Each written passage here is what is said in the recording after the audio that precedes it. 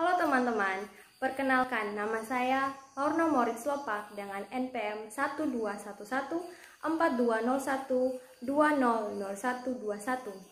Saya berkuliah di Universitas Kristen Indonesia Maluku tahun 2020 dengan program studi keperawatan Fakultas Kesehatan. Di kesempatan ini saya akan menjelaskan tentang anatomi tubuh manusia yang khususnya pada bagian anterior dan posterior serta fungsinya pada tubuh manusia. Sebelum saya melanjutkan penjelasan saya ke anterior dan posterior pada tubuh manusia, saya akan menjelaskan sedikit tentang apa itu anatomi manusia. Anatomi tubuh manusia atau yang biasa kita sebut dengan antropotomi adalah cabang khusus anatomi yang mempelajari tentang struktur dan fungsi pada tubuh manusia. Sedangkan pada bagian-bagiannya, yaitu bagian anterior dan posterior, sangat jelas bisa teman-teman lihat dari perbedaannya, yaitu anterior adalah bagian depan tubuh manusia, sedangkan posterior adalah bagian tubuh belakang manusia. Di sini saya sudah menyiapkan gambar untuk teman-teman agar dapat lebih mudah dipahami.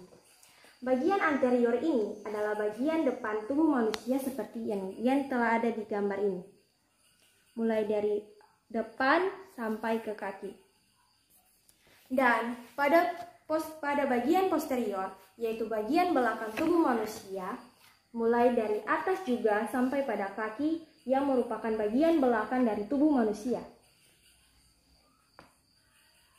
Oke teman-teman, saya akan menjelaskan tentang bagian-bagian penyusun dari anterior dan posterior kepada teman-teman. Jadi, mari kita simak bersama.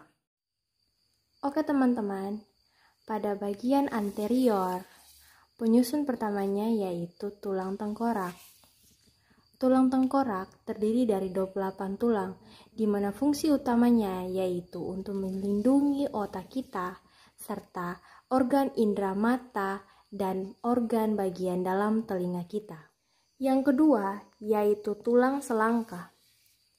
Tulang selangka atau clavikula terletak di kanan dan di kiri dada bagian atas tepat di bawah leher kita, di mana tulang ini sebagai pengganjal pada tubuh untuk menjauhkan anggota gerak atas dari bagian dada kita agar lengan kita dapat bergerak secara leluasa. Ketiga, yaitu tulang dada atau sternum. Tulang dada atau sternum ini berbentuk pipi panjang seperti dasi pada bagian depan dada kita. Sternum memiliki fungsi untuk menjaga organ pada tulang bagian dada, misalnya jantung serta paru-paru kita. Sternum juga berfungsi untuk menjaga organ tubuh sekitarnya, misalnya ginjal, lambung, serta limpa kita. Sternum juga berfungsi untuk membantu proses pernafasan pada manusia. Bisa teman-teman bayangkan, jika tanpa sternum, jika tanpa pelindung tulang dada, paru-paru manusia tidak ada yang melindunginya, sehingga saat kita bernafas akan sangat tidak lancar dalam proses pernafasan kita. Sternum ini juga berfungsi sebagai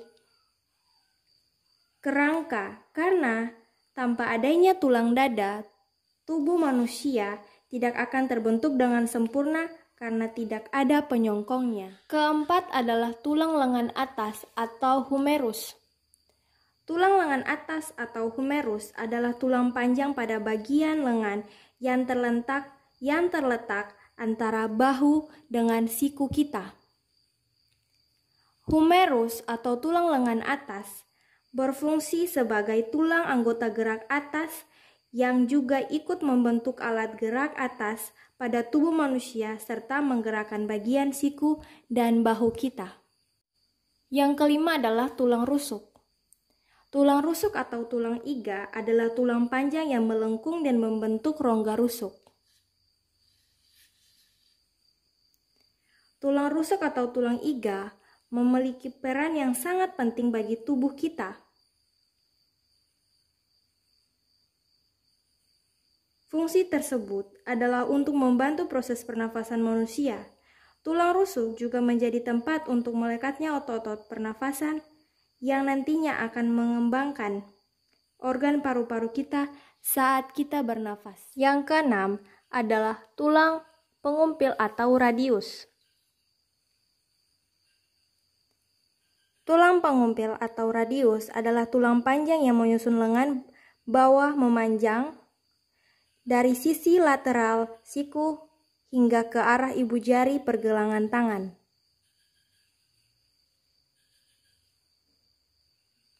Fungsi utama tulang pengumpil adalah menjadi penyusun kerangka lengan bawah sebagai bagian dari kerangka alat gerak atas manusia, juga sebagai tempat melekatnya otot-otot lengan.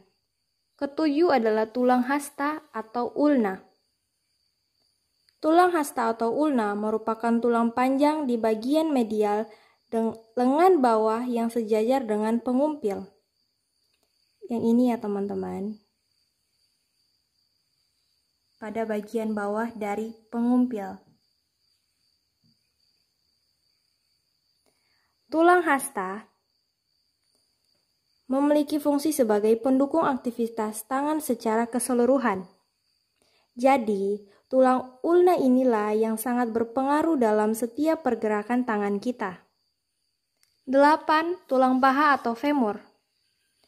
Tulang paha atau femur ini merupakan tulang terkuat yang dimiliki oleh manusia, yang menghubungkan antara tubuh bagian pinggul dan lutut kita.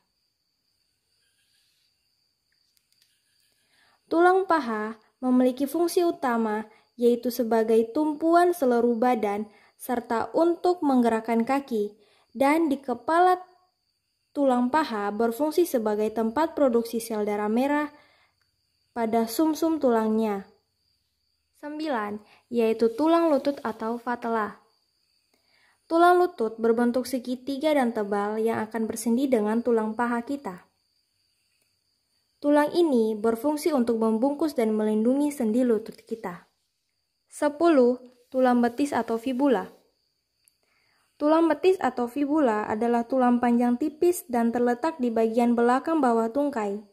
Tulang betis terletak berdampingan dengan tulang kering, yang berfungsi penting dalam menstabilkan pergelangan kaki dan mendukung otot-otot kaki bagian bawah. 11. Tulang kering atau tibia. Tulang kering atau tibia adalah tulang terbesar kedua yang terletak di tungkai kaki. Tulang ini menghubungkan lutut dengan pergelangan kaki. Tulang ini memiliki beragam fungsi, di antaranya penopang dan menjaga postur tubuh, menyangga berbagai otot kaki, serta menyeimbangkan lutut dengan pergelangan kaki. Yang ke-12, yaitu tulang ruas jari kaki atau falang, merupakan penyusun terakhir dari anterior. Memiliki fungsi sebagai penjaga keseimbangan saat kita berjalan, di mana jari-jari kaki kita memiliki mekanisme yang disebut sebagai mesin kerek. Sehingga pada saat kita melangkah, bagian kaki lainnya akan menegang sehingga mempermudah kita untuk menggerakkan kaki kita. Oke teman-teman, kita masuk pada bagian yang kedua, yaitu bagian posterior. Pada bagian posterior, penyusun pertamanya yaitu tulang tengkorak, sama seperti pada bagian anterior, dengan fungsinya yang sama juga. Yang kedua adalah tulang belikat atau scapula. Tulang ini adalah tulang yang menghubungkan antara tulang lengan atas dengan tulang selangkah. Tulang belikat memiliki fungsi sebagai pendukung pergerakan serta menyambung tulang antara tulang lengan atas dengan tulang selangkah agar bisa menjadi satu kesatuan yang menyokong pergerakan lengan. Juga berfungsi sebagai penggerak bahu dan menyeimbangkan persendian bahu. Ketiga, tulang punggung atau vertebra. Tulang belakang adalah bagian dari rangka aksial manusia yang dikenal juga sebagai kolom vertebral atau tulang punggung. Berfungsi sebagai penyangga utama tubuh sehingga manusia dapat berdiri tegak, membungkuk dan menggelit. Tulang belakang juga berfungsi dalam melindungi sumsum tulang belakang. Yang keempat adalah tulang pinggul. Tulang pinggul adalah kumpulan tulang yang terletak di bawah pinggul yang terdiri atas 3 bagian, yakni ilium, pubis, serta ischium. Perlu teman-teman ketahui bahwa tulang pinggul pada wanita dan pria itu berbeda. Dapat dilihat dari bentuk serta fungsinya masing-masing. Pada pria, tulang pinggul disebut sebagai tipe android, sedangkan pada wanita disebut dengan tipe ginekoid.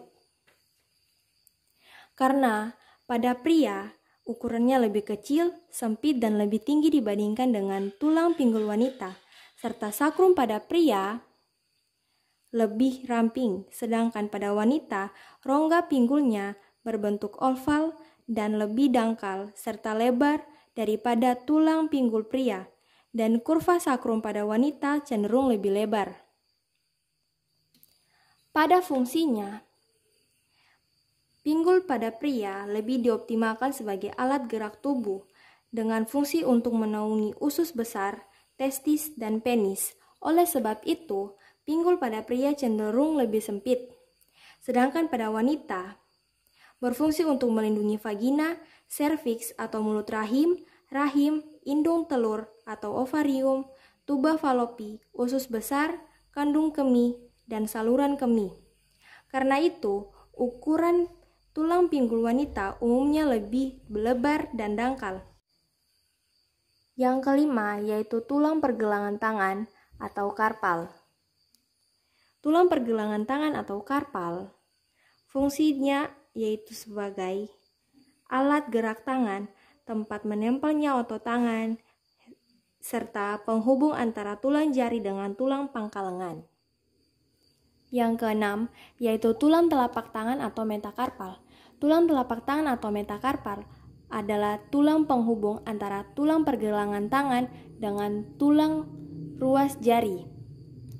Tulang telapak tangan atau metakarpal memiliki fungsi sebagai pembentuk tangan, membentuk sebuah alat gerak, dan penghubung antara tulang jari dan tulang pergelangan tangan. Ketujuh, atau penyusun terakhir dari posterior, yaitu tulang ruas jari. Tulang ruas jari adalah tulang yang terdapat pada jari tangan yang menghubungkan antara bagian jari dengan bagian tulang metakarpus. Apa itu metakarpus? Metakarpus adalah tulang di bagian tengah pada kerangka tangan yang terletak di antara tulang jari dan karpus yang membentuk hubungan lengan bawah.